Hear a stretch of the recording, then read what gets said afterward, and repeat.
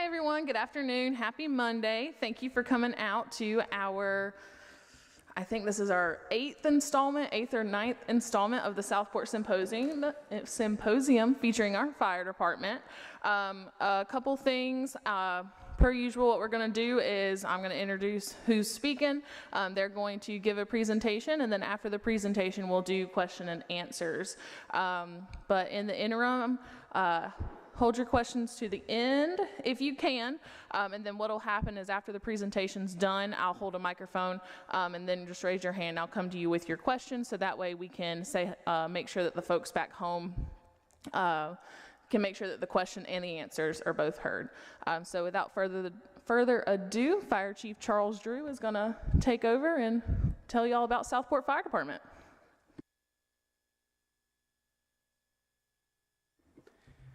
Thank you for being here today. We've come to talk to you about Southport Fire Department. Southport Fire Department was organized and chartered in 1893, although I'm sure that there were some firefighting efforts that took place since Southport was founded in 1792. Before that, but it was officially organized in 1893. Got a PowerPoint presentation to go over some things this afternoon about the fire department, so you know exactly how the fire department operates and how it runs. Give you a little bit of history of the fire service in the United States and some of the fire service traditions and symbols and where they came from. The fire service is rich with traditions and symbols and folklore. Incorporating some of these stories during station tours or educational presentations helps the audience appreciate the history and the evolution of current day practices of the fire service. Things like the Dalmatian, things like how it got to be called a fire plug, or how the ladder trucks got to be called cherry pickers. So these are some of the things that we go over that are traditions in the fire service. The Dalmatians, they were used to clear the streets of other dogs for pumpers and horse-drawn wagons carrying equipment that were responding to fire emergencies. Dalmatians were used to guard the horses and keep other dogs from scaring them and help calm the horses as they approach the scene of a fire. So that's why when you go out to a fire department, a lot of times you'll see that that's their mascot or that's the dog that they use. The fire plug was the first water mains in cities and towns that were hollowed out logs, and that's why they were called a fire plug. Firemen drilled a hole in the log to access water and later stopped up the hole with a wooden plug. The fire hydrant today, originally called the fire plug, is connected to a large water main buried deep underground. So it's important to keep them clear of weeds and snow and other obstructions. Cherry pickers and snorkels, also called ladder trucks today in our society, or tower trucks. The idea was conceived by Chicago Fire Commissioner Robert Quinn while watching tree trimmers use trucks with hydraulically operated elevating arms to lift men into baskets high into the air. The firefighters were amazed at the effectiveness of the new equipment, therefore that's where the name came from for cherry pickers or snorkels. Then we have another thing that is called a fire mark. This is a historical marker. Fire marks were metal plates affixed to the outside of buildings bearing the identity of the insurance company that covered the structure. After a formal postal system was put into place in the mid-1800s, all buildings were assigned specific addresses. The fire marks were no longer served as a purpose. If you come by fire headquarters, we have some original fire marks in a trophy case in the front of the station that were used in the 1800s that were donated to us by former Chief Bill Crow, who was also mayor of the city of Southport for several years. Then the Maltese cross, which is also an emblem that is used in the fire service. The Maltese cross was adopted and put into use by the early Knights of Malta.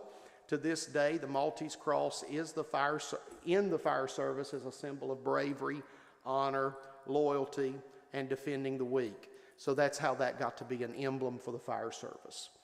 Benjamin Franklin was the father of the fire service. Benjamin Franklin helped form a fire company December the 7th, 1736. It was designed primarily for the security of property of its members. though they did not limit their usefulness to their own members when their property was not in danger. The Union Fire Company was in active service as late as 1791. In a roll of companies of that day, we find it heading the list, having 30 members, 1 engine, 250 buckets, 13 ladders, 2 hooks, no bags, and 1 80-foot rope. So Benjamin Franklin is credited to be the father of the fire service today. Quick picture of Mr. Franklin. Real quickly, we'll talk about some historical fires in the United States that kind of help shape the fire service. These historical fires, we talk about the 3 E's of fire prevention. That's education, engineering, and enforcement. The things that have shaped the education process, we just went through National Fire Prevention Week last week. The things that shaped that process of doing that was fires that took place in the United States. The same thing with engineering and enforcement. Some of the fires that we have seen happen over the years have shaped the fire code. That's why we have fire inspections and things like that. It shapes how we respond to emergency calls, and it shapes also how we enforce the fire code in our community. One of those fires was the Great Chicago Fire. I'm not going to bore you with a lot of details, but it was October 8th, 9th, and 10th in 1871. It is actually the fire that helps us to shape Fire Prevention Week in our day and hour because it's marked, Fire Prevention Week every year is marked by the Great Chicago Fire.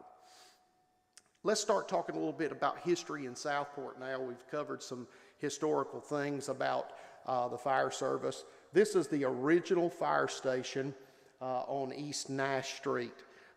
This building stood where the public restrooms are at today. At one point, before the Model T fire truck that you see that's parked out front, before that was in service, there was a horse-drawn fire hose carrier that was utilized in this building. Horse was kept in the back in Franklin Square Park, and they tell us that when the fire bell, which is on the top of that pole in the picture, when the fire bell would ring, that the horse would come out from the stable and back up to the hose cart and be ready when the firemen got there to put out the fire. The original bell was purchased for Southport in 1916. It's on top of that tower, and it rests at the fire headquarters today by the Model T room. The Model T was put into service and purchased, the first motorized fire vehicle in Brunswick County. It was purchased in 1922 and arrived on the railroad system here on Rhett Street, was delivered to Southport on that railroad and put in service in 1922, and was in service for the Southport Fire Department in Brunswick County until the 1940s. My grandfather did tell me that there were times that fire engine went all the way to Charlotte for a fire call. It was the only motorized fire engine in the county for many, many years. And we still have that, and it was completely restored in the early 1990s and has a special room there at fire headquarters that people can see it. That's another picture of the 1922 Model T, just to give you a little bit of history about the fire department. I do not know who the gentleman was, or I don't know who the house belonged to that was beside the fire department at that time. This is at a 1948 inspection. The state inspection took place somewhere out near Long Beach Road intersection where they took vehicles to have them inspected. And this is the chief of police, Otto Hickman, who was also a captain on the fire department in the driver's seat, that took the truck to have it inspected in 1948. At the 100th anniversary last year, we had a celebration on the waterfront with antique cars. The bottom picture is a reenactment of the top picture. The top picture was the inspection in 1948, and the bottom picture is a reenactment of that picture. We had an idea in commemoration of the 100 years to reenact that picture.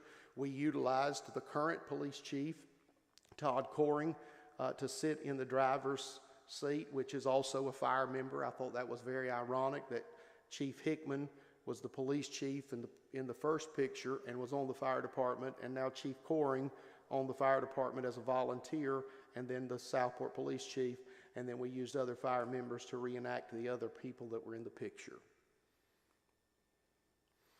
After 1945, 48, in that area, this fire station was built to the side of the original fire station. This fire station served the Southport community from 1950 up until about 2010. So when we think about fire departments and we think about buildings, you're wanting a building that's going to last you for 50 to 75 years. This building, it served the community very well for many, many years, over 60 years. It served the Southport community. And then we moved to where we're at now and built another fire station, which is going to serve our community for 50, 60, 70 years as well. Out in front of the fire station here is a 1949 Ford. That was the second fire vehicle that Southport had.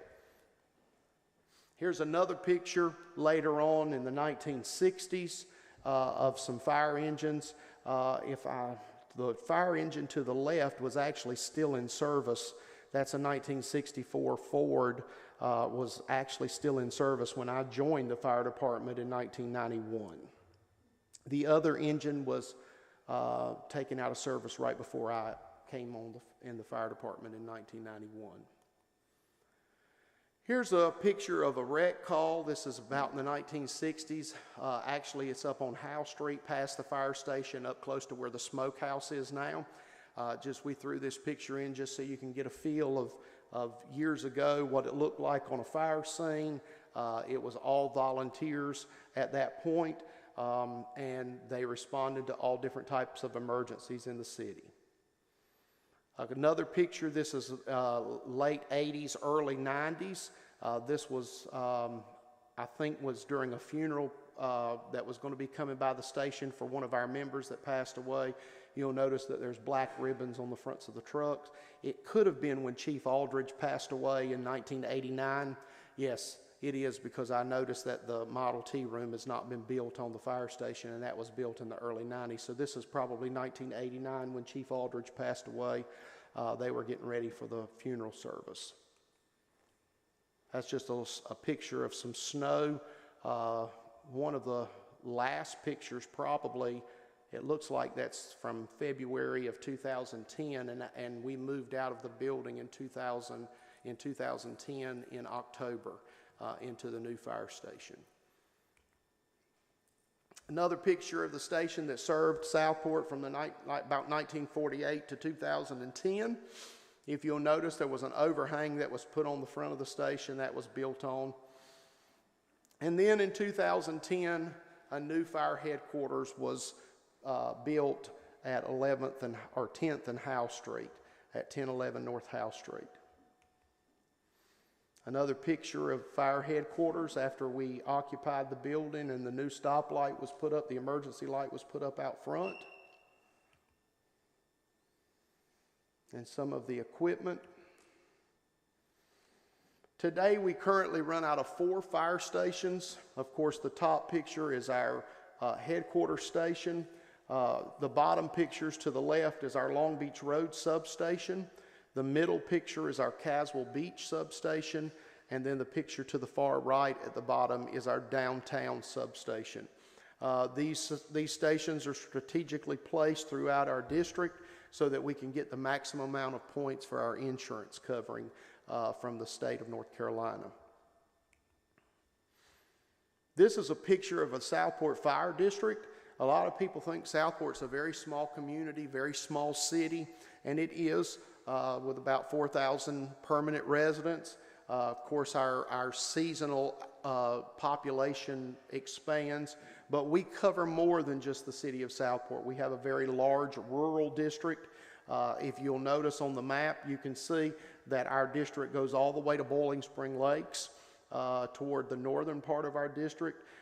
If you go toward the western part of our district goes all the way to St. James Plantation, and then it goes all the way to Oak Island, and it incorporates Caswell Beach. So we do contract with Caswell Beach to provide fire service. So we have a larger rural district than we have a city district.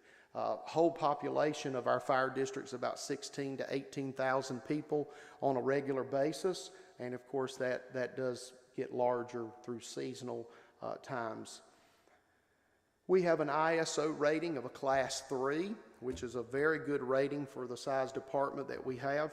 ISO stands for Insurance Services Office, and we are graded from the state of North Carolina, Office of the State Fire Marshal, and they come up with our ISO rating. Our ISO rating encompasses our water system, our full-time employees, our training records, how quickly we respond to calls, how many people we can put on a call. They look at all of our fire hydrants, our maintenance, the upkeep of our equipment. So there's a lot of factors that go into the insurance rating. When I first joined the fire department in 1991, our insurance rating was a 6 in the city limits and was a 9 outside the city limits. And today we're very proud that we have a very low Class 3 rating all through our entire district, not just in the city, but outside the city as well. So you get discounts and reductions on your insurance because of our rating. This is just a little bit of information of how it works. North Carolina Office of the State Fire Marshal utilizes the fire suppression rating schedule to measure the major elements of a community's fire suppression systems and develops a numerical grade called a public protection classification. ISO assigns a rating from 1 to 10, with 1 being the best and 10 being the worst. Ratings are determined when North Carolina Office of the State Fire Marshal conducts an inspection that examines 4 major areas: the fire department itself, the community's water supply, emergency communications, and another big thing is the community risk reduction. So just what we done last week, our fire prevention team going out in the community and interacting with the community helps get us good points for our insurance inspections. All right, so this is another good thing that we talk about when we like to talk about the fire department. We love to talk about funding mechanisms and revenues, because everybody wants to know, well, how is the fire department supported? So we'll talk about funding mechanisms and revenues. Our funding mechanisms are fire district fees. We operate by that. It mostly donations, grants, fire response fees, and the fees that we charge when we do fire inspections. From those revenue sources, we formulate our budget. So those are the things that give us how many expenditures that we can have in a year from our revenue sources. Then within the fire department itself, we have several auxiliaries and nonprofit organizations. We have the Southport Firemen's Fund, which is a volunteer organization within the department.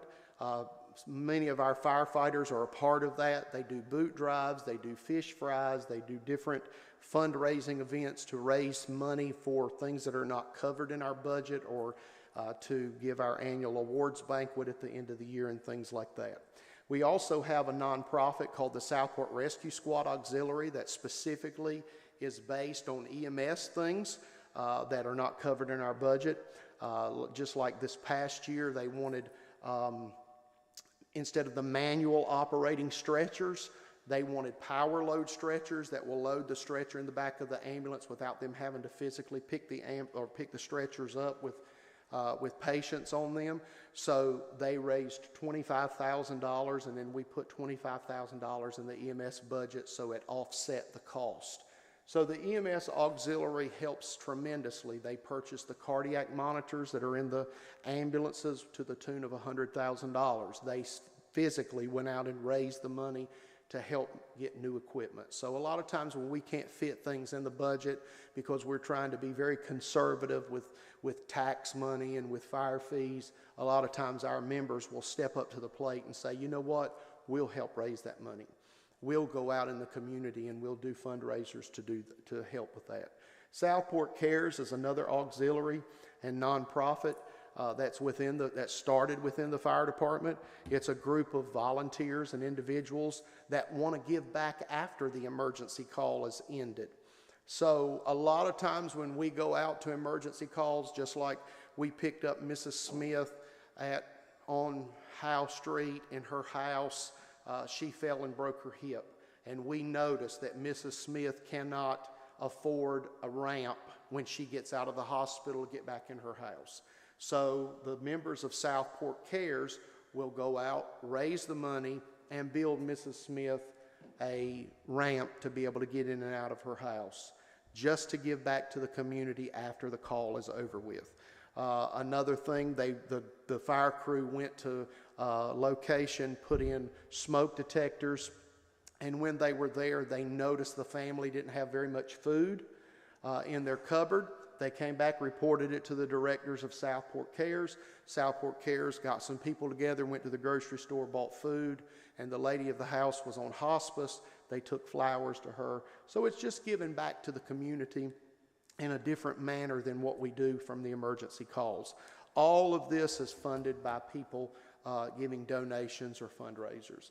And then the final nonprofit auxiliary that we have in the fire department is Southport Firefighter Burn Children's Fund. Anybody in the state of North Carolina that gets burned and transported to the J.C. Burn Center, there are times that their families are there and they need assistance.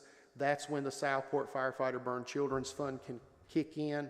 We have a direct communication line with the burn centers. There's 2 burn centers in North Carolina, and we can help them.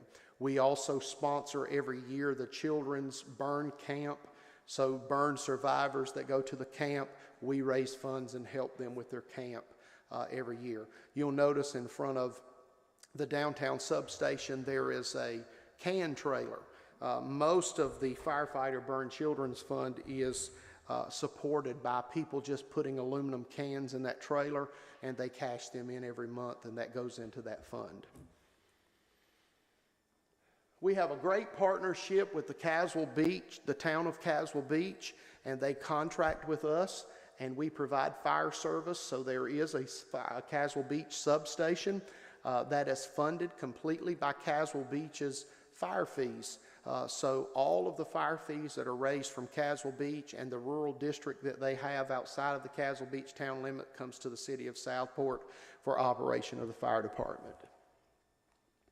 So we have a campaign slogan called Neighbors Helping Neighbors, and the city of Southport signed a contract years ago with the town of Caswell Beach to provide fire coverage there. And it's worked great. Things have been a good fit for us. And a lot of times when we have a call here in Southport, the Caswell Beach truck moves over here to help. And if they have a call in Caswell Beach, our truck moves over there to help them back and forth. We're one department, but we've got basically 2 districts set up.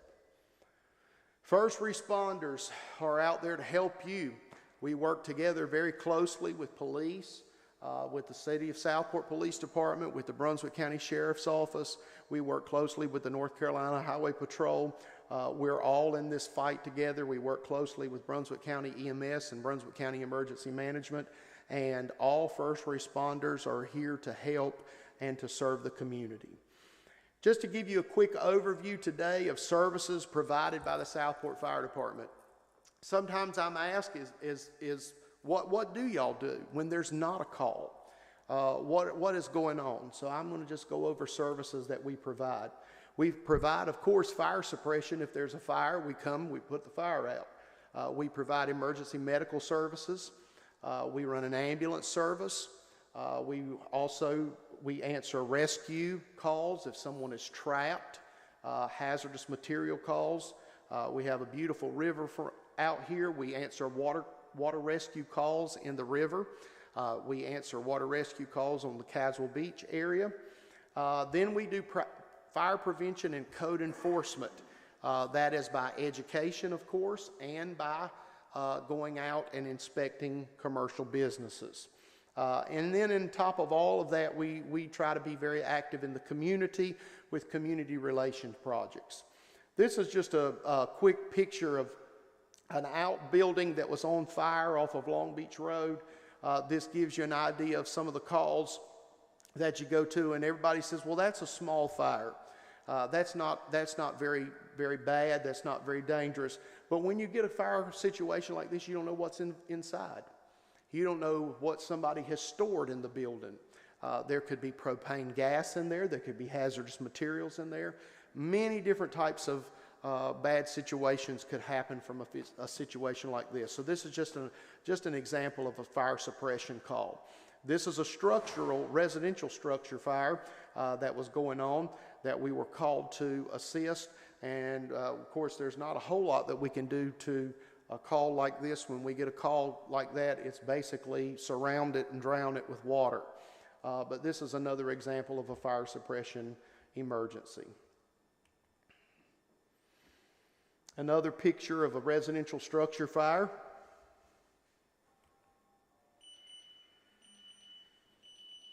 This was actually a call on North Atlantic Avenue several years ago. A picture of a vehicle fire. Just some examples of some fire suppression things. Well, on top of that, in our EMS operations, which you just heard that tone go out, and that's a call that's went out for a medical emergency. So with our EMS operations, we offer a lot of different types of calls that we handle. So anything from a cardiac arrest, a stroke call, to a basic someone falling, breaking a bone, a traumatic injury, to any kind of a sick call. During COVID, we transported many, many COVID patients in our ambulances. So there's never a telling what kind of a call that we're going to have when it comes to EMS operations. On top of that, you'll notice on the right-hand side of the screen that they're doing rescue practice with technical rescue with ropes and rigging and different operations there, because sometimes we may be called to assist with somebody that's trapped.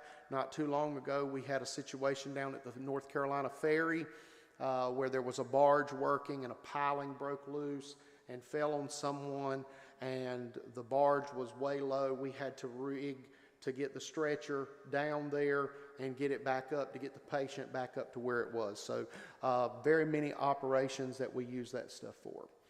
Just some examples of some of our EMS folks taking vital signs on a fire scene, checking patients out when we have fires. Ambulance operations. Here's a picture of a water rescue call. We had two gentlemen in the Cape Fear River one night. Their boat capsized. One of the men was having chest pains, and the other man was in the water. And our boat went out, picked them up, got them to the Deep Point Marina, and then we transferred them into the ambulances. You notice that the United States Coast Guard was on scene that evening as well. Our EMS has a new bike program that we utilize during festivals. Anytime we have a festival in downtown area, we put medics on bikes so that they can get to patients quicker. They can interact with the community. They can be involved with the public. So this is Captain Hommick. He's on the bike. This looks like one of the days that we're having the farmers market in Franklin Square Park. Here's a picture of a technical rescue, ropes, knots, and mechanical advantage class where we were doing some training in the Castle Beach Lighthouse. Practicing taking a patient that had climbed all the way to the top, and the scenario was that they had had a heart attack at the top of the lighthouse, and we had to send a basket up and lower the patient down in a basket with a responder with the patient. Water and ocean rescue, you see a jet ski, you see a water rescue vehicle, and you see a boat. All of this in this picture on the Castle Beach Strand. Everything you see in that picture was donated. We have a Castle Beach resident that donated the truck, the jet ski, and a boat that is stationed at Castle Beach. All of that was donated. Not only did the individual donate that, but he purchased a 75-foot ladder truck that is stationed at the Caswell Beach station as well. So we operate a lot of times by donations, and those donations greatly benefited our operations. This is some pictures of them practicing with the jet ski. Closer picture of the water rescue truck that's staged at Caswell Beach. And this was from a class that they done on ocean rescue. One afternoon they were working together with a captain from the Wrightsville Beach Fire Department who trains every year in Hawaii with some of the water rescue operations that go on in Hawaii, and he was giving us some tips on our water rescue program. They were practicing with the stretcher or the board behind the jet ski on how to pick patients up out of the water and put them on that to get them to safety. And in the mix of all of that, we do a lot of fire prevention and life safety programs. We use Smokey the Bear, and I don't know if you realize this or not, but Smokey the Bear is a federally protected icon. When we received a Smokey the Bear costume on a grant, I had to write a letter to Washington to get special permission for a fire department to have Smokey the Bear, because normally it is the Wildlife Service, or not the Wildlife Service, the Forestry Service that has Smokey the Bear, and that is their mascot. So fire departments don't normally have a Smokey the Bear costume, but we won that on a grant. We also use Sparky the Fire Dog. We have a group of clowns and puppets that we use to teach children about fire safety. Here's the crews out at a school teaching the kids about fire safety. This is our fire prevention room in our headquarters. We have safety messages on the wall, and I was teaching a class about knowing 2 ways out of your house and making sure you practice your escape plan. We're also involved very, very deeply with the American Red Cross, and we do community blood drives once a quarter. Is that right, Ralph? Once a quarter, where we collect blood. We have a very important Seconds Matter campaign that we've been working on this year, making sure that people have visible street numbers to help your emergency responders find you quicker in an emergency situation. So we've been really pushing this campaign this year to make sure that people have visible street numbers. Throughout the year, we do different awareness things. This month, in the month of October, we have been pushing breast cancer awareness. This is the month of April, and we do autism awareness. Because when we respond to emergencies with autistic individuals, you have to handle that differently. So we have a national training class that we can go through to help us understand how to respond to autistic patients. So this is an emblem that we use in the month of April to push autism awareness with our shirts. Every year at Christmas, we sponsor during Winterfest the Christmas parade that we have, and people can come and visit Santa Claus at the fire station. This is a tradition that dates back almost 100 years with Southport Fire Department. That 1949 Ford that you've seen in one of the pictures of the old fire station, we have a picture of a former chief who is now in his 70s that rode that 1949 fire truck in a parade with Santa Claus many, many years ago, back in the early 1950s. So it's been going on for quite a long time in Southport that the fire department brings Santa Claus to town. Here's a picture of the badge that I'm wearing on my belt today with breast cancer awareness. We do a trunk or treat every Halloween in front of the fire headquarters and bring the community together and give free candy. In September, we do our 9/11 memorial every year, where we showcase 343 fire boots, and we also have an EMS display and a fire display that we set up as well in conjunction with remembering 9/11. This is a picture of the car show that Chief Treadway organized in honor of the Model T fire truck's 100th year anniversary. And that was a great day on Saturday, and we had a parade back to the fire station to celebrate the 100th year of the Model T. This is our EMS display on 9/11, showcasing the 9 medics that gave their life in the tragedies in New York. And we also have a fireman's competition in conjunction with our North Carolina 4th of July Festival that we do every year. Here's a picture of an honor guard. We also provide honor guard services in the community.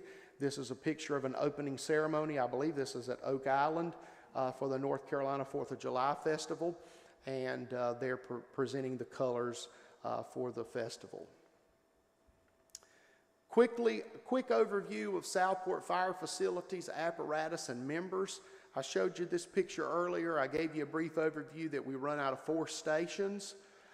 This is a picture of all of our fire apparatus and equipment with our boat in the bottom of the picture that we lined up early one morning in front of the Garrison lawn and had a picture taken of all of our apparatus. Much of that apparatus has since been surplused, and we have downsized our fleet drastically since this picture was taken.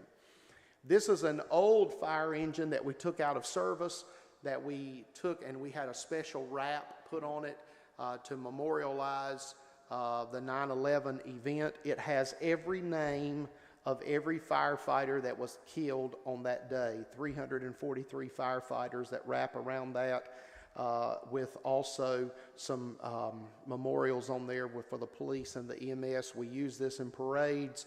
We use it also on the day of 9/11, and it's actually been requested throughout the county for several different functions that people have. And what you see there, the truck was taken out of service, and what you see that was put on there was donated by one of the auxiliaries that raised money.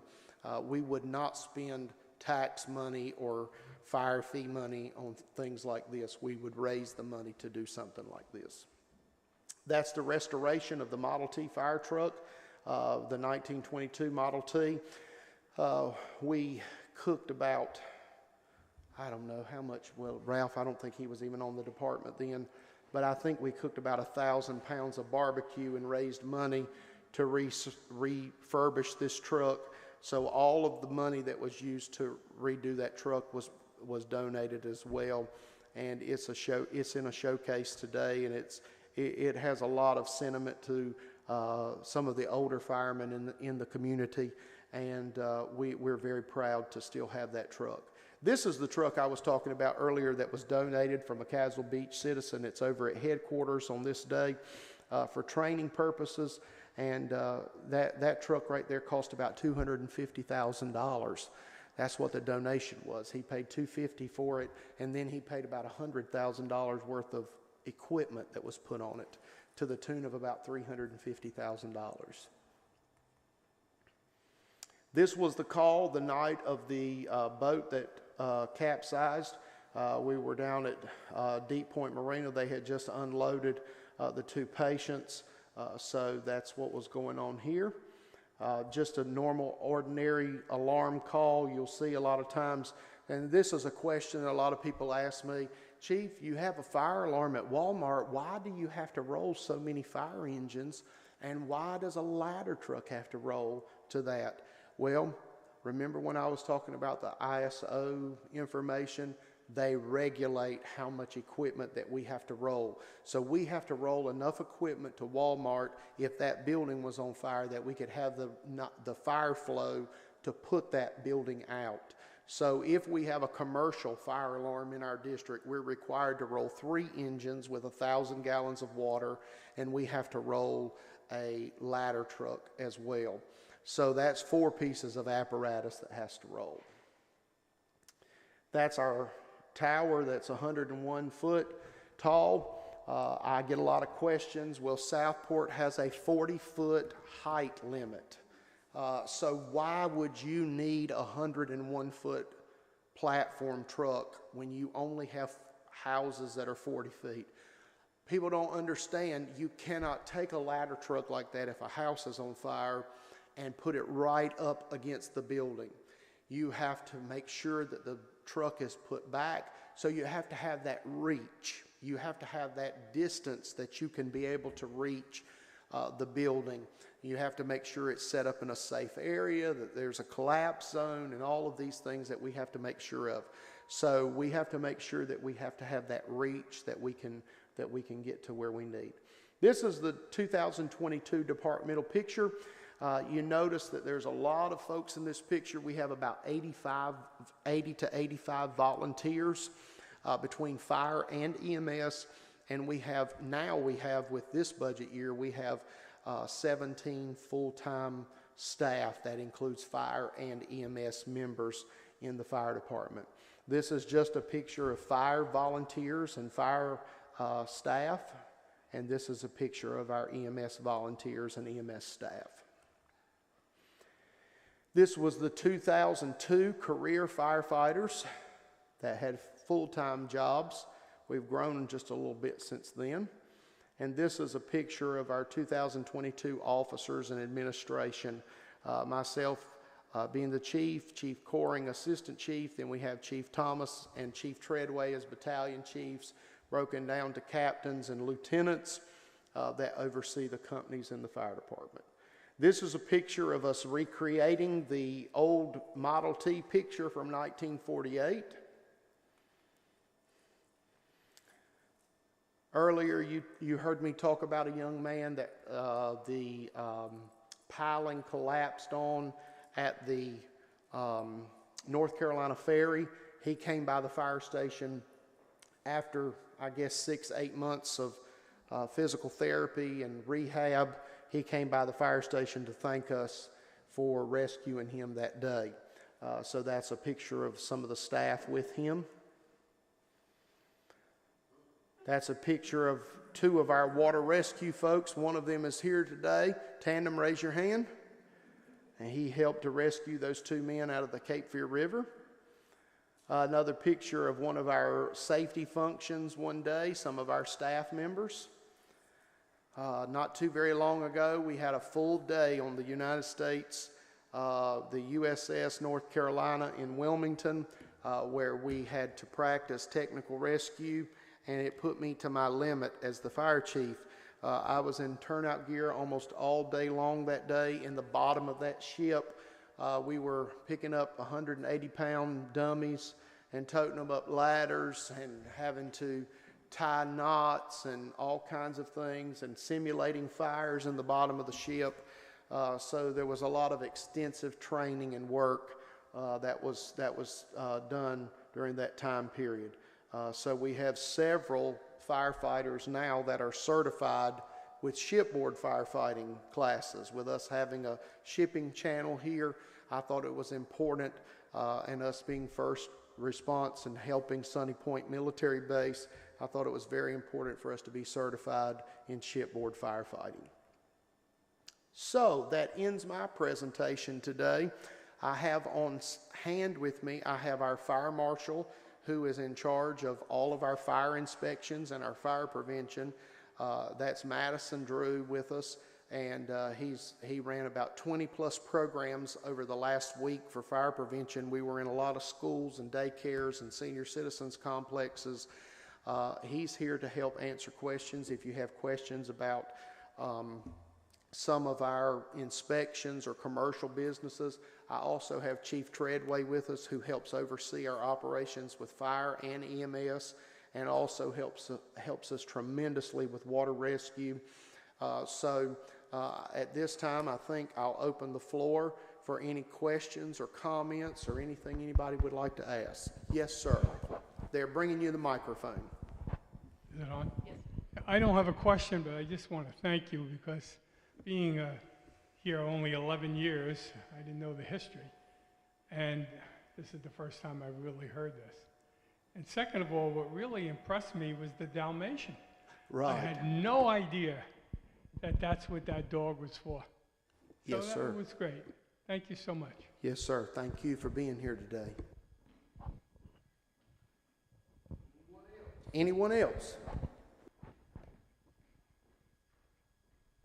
And I apologize for being a couple minutes late, but I don't know if you mentioned before I got here about the ISO rating that your department has, and you are in a very esteemed company as a predominantly volunteer fire department, and maybe just talk a little bit about that your rating is so high. Yes, ma'am. And we did cover that, but I can refresh everybody's memory certainly. We have a very low 3, which we're probably in the segment of getting ready to have another inspection within the next 2 years. And we're hoping that we can even lower that more. The lower we get, it especially helps our commercial properties with insurance, as well as our residential customers as well. So, but we have a very low 3 right now, and we're pushing to even lower that even more.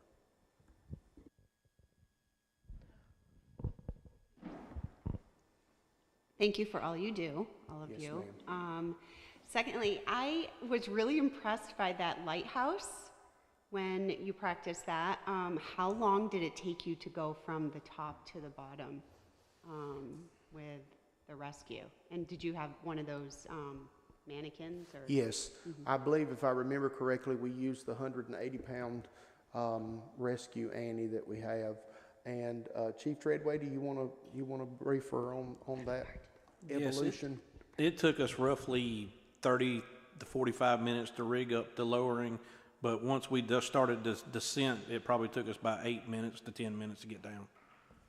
Thank you. That was interesting. Yes, ma'am. And actually, we're in the process of even looking at doing some training similar to that with our water tower, because, I mean, there's workers that go up there to paint and do things. And I've thought, what if somebody gets up there and they have a medical emergency?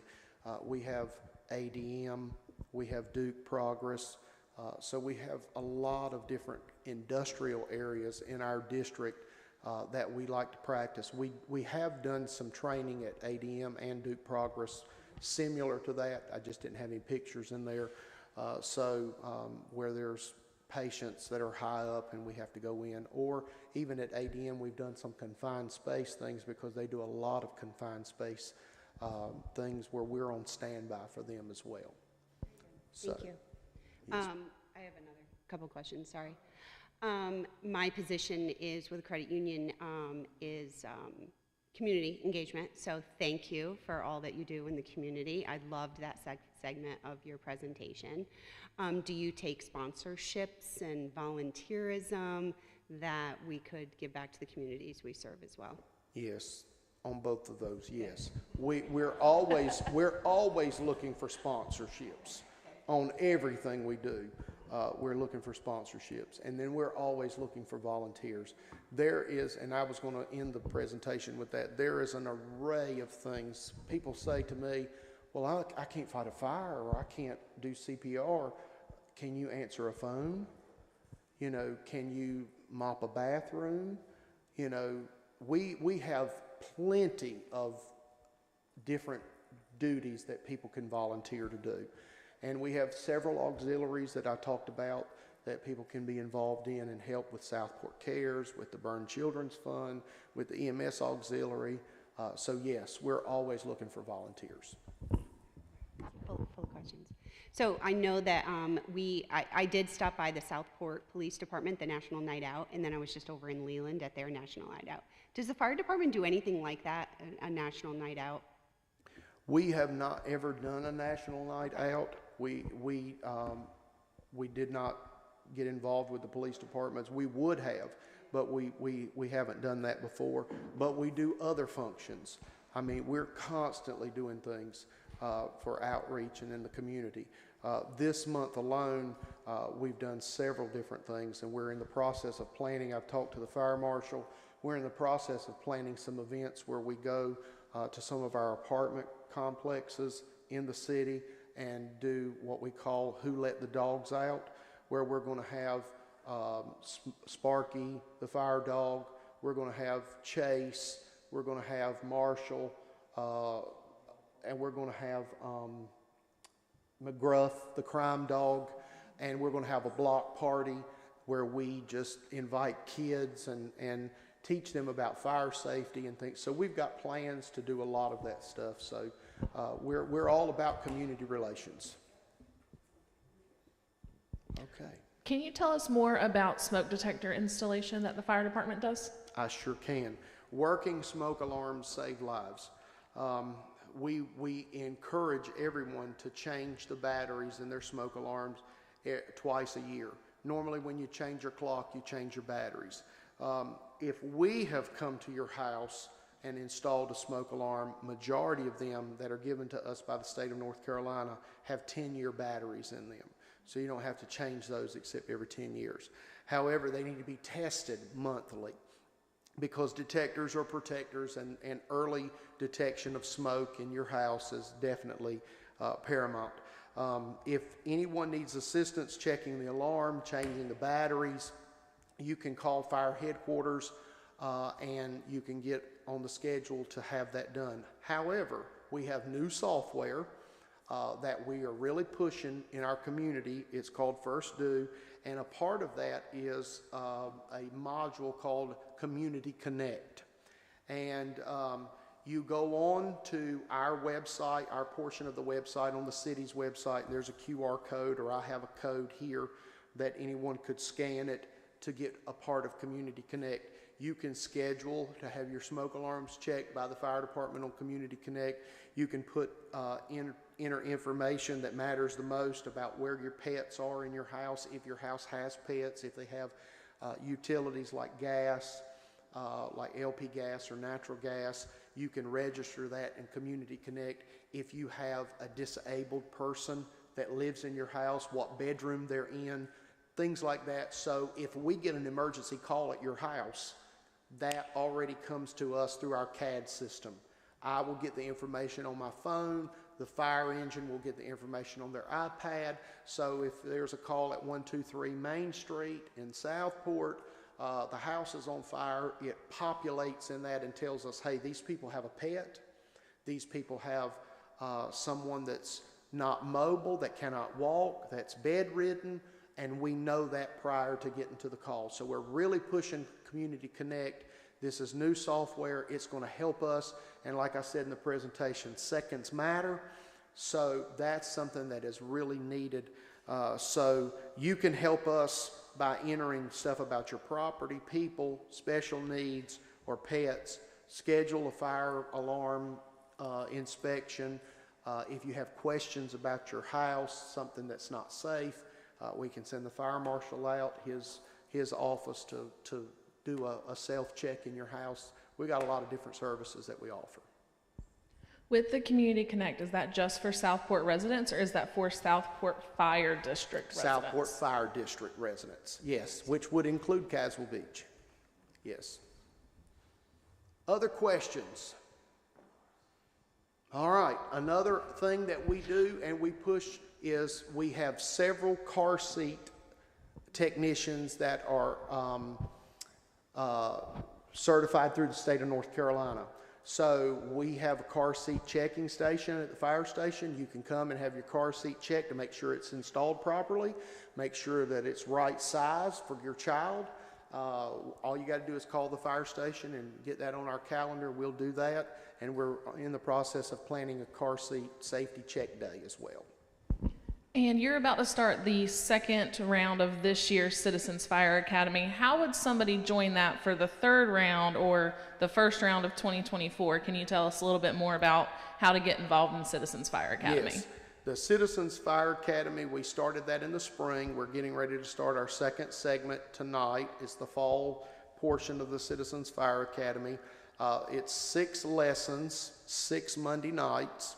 And there's a different topic each Monday night. It goes through every aspect of the fire department, and you have an activity involved in every night also. Like tonight, they're going to tour the fire station, tour the EOC, see what it looks like set up for an emergency.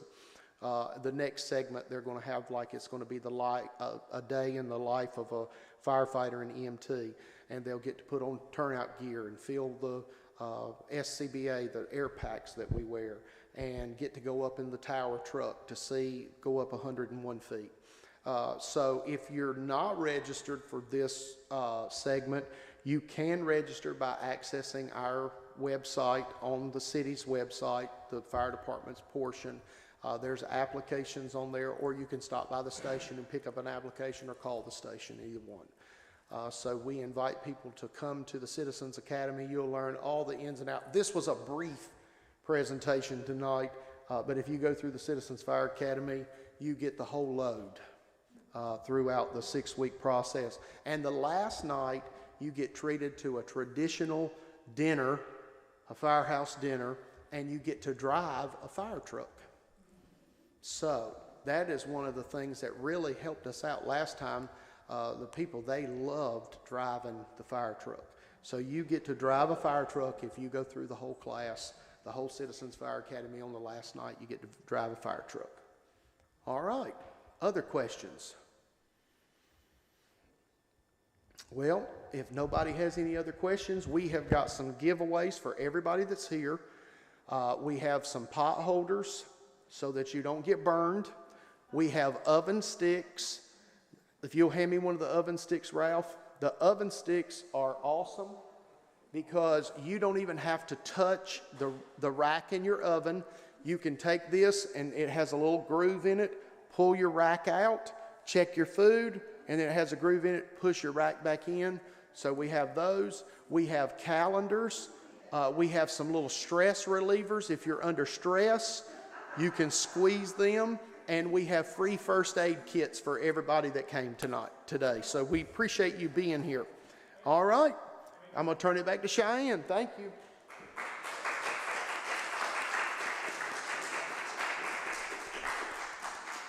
Thank you, Chiefs, Fire Marshal, for being here. That was super informative, and every time you speak, I learn something new, truly. Like, there's just too much to know about fire. Fire prevention, fire safety, all of those things. Thank you all for coming and being in attendance. Our final 2023 Southport Symposium will be November 13th at 2 p.m. here in the community building. It will be for public services. And just a little prequel, we will be doing this again next year.